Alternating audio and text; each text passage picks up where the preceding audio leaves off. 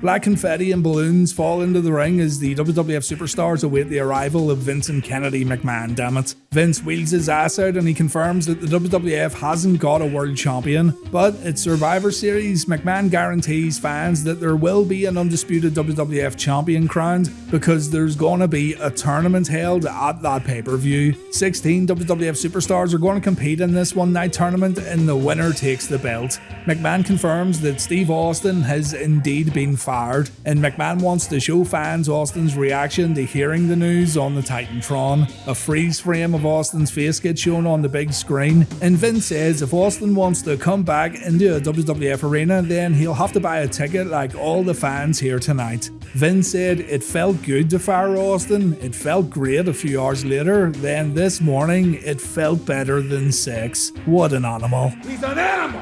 An animal! An animal! Vince then says that the Austin 316 shirts are now collector's items. There's a new expression that's going to sweep the nation, McMahon 316, and McMahon 316 says, "I've got the brass to fire your ass." Just then, the freeze frame of Stone Cold changes to a live video feed. Stone Cold sitting in his pickup truck, and Stone Cold is armed. The man has a rifle. This can't be good. We go to commercial break and we come back to see McMahon getting escorted to his office. He's panicking. He orders the boss man to get the McMahon family out of the arena and out of town. He wants the cameraman to stay in his room so everything can be documented if something bad happens. And we then cut back to Austin, who's currently shining up his rifle. This is going to be a very interesting night. Now, this is going to play out in between matches and promos throughout the entirety of Raw. So before we do our head-to-heads, we'll check in with Vince and Austin throughout this whole episode of Reliving the War.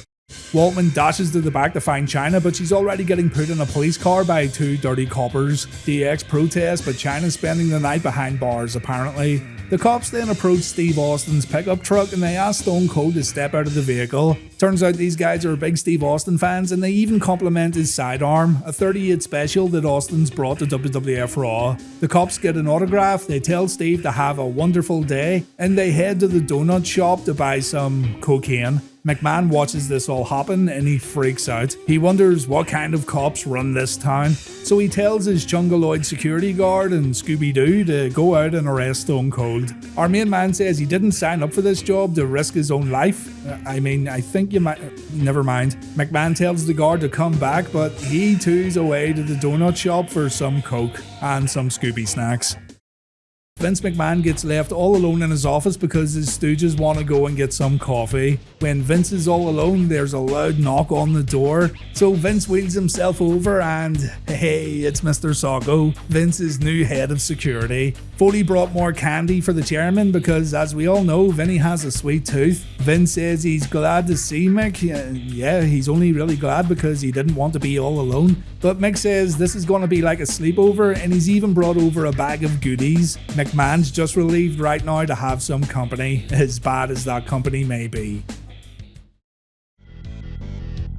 Mankind and Vince McMahon are enjoying some snacks, and Mankind suggests that Vince rehires Steve Austin. After all, Vince fired Mankind not too long ago, and now look at them, the two are best friends. Mick wants a new clique to run WWF, Mankind, Austin, Vince, and Mr. Socko. And Vince of course says no. This is a matter of principle and Austin will not be rehired. Mankind says, alright, let's play some games. So we come back from a commercial break to see Mankind playing Twister with Vince McMahon, who, if you haven't noticed yet, is in a wheelchair. Vince wonders what the hell Foley's doing, and Mankind says he's trying to make Vince feel better. Being a major party pooper. Get the hell out! Get the hell out! Get the hell out of here! Poor Mick gets thrown out. He just wanted to help, but Vince's life's in danger and the boss is in no mood to play games.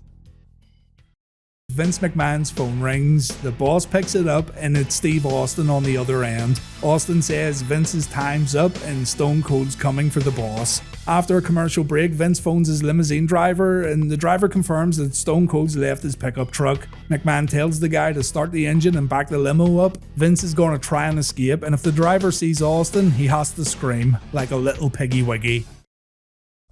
McMahon's left his office and he's hoping to get straight into his limousine and drive off into the night. The limo driver opens the door and Vince gets inside, but Stone Cold appears at the other side of the vehicle and there's nowhere for Vince to run. McMahon does try to get away, but he's going nowhere in that turbocharged wheelchair of his. So now old Vinnie Mac's going to pay dearly for what he did last night. Remember, Stone Cold said that hunting season was going to start early after last night's main event. McMahon begs Austin not to hurt him, but Austin grabs his hunting bow and he tells Vince he makes him sick. Stone Cold then starts ramming Vince into walls as the two head back to McMahon's office, and it's absolutely brilliant. Austin's having fun with McMahon tonight and he's going to play around with Vince right up until the end of Raw. After a commercial break, Austin asks Vince if he's ever went hunting. Vince says he went out on a safari once and he took some pictures, but he didn't kill anything. Austin pulls out a knife. He wants to know if this could handle an elephant, and Vince is in such a state of panic that he can't speak. It's unbelievable. Steve Austin wants to know if Vince wants to find out how sharp his knife is, and Stone Cold makes Vince almost shit himself when he leaps up to grab an apple. Austin says he will take Vince out tonight and it's going to be quick. Vince won't feel a thing. After a commercial break, McMahon says Austin will never get away with what he's going to do, and Austin says it's hunting season. He didn't get a deer, but he did get a jackass. Steve Austin's been partaking in some target practice and he wants to give Vince a closer look. Stone Cold then wonders if Vince McMahon's ever watched Deliverance. He even gives Vince a little rendition of dueling banjos, and if you've never seen Deliverance, do check it out. It's a beautiful and wonderful story about some friends who go into the woods and they have some fun with some of the locals. Fun for all the family. Anyway, there's this part where they're having fun pretending to be farm animals. You just need to see it. And one of the guys pretends to be a pig. Austin wants to know if McMahon can squeal like a pig, and his first little oink is quite pathetic. So Stone Cold gets angry and McMahon turns it up a bit.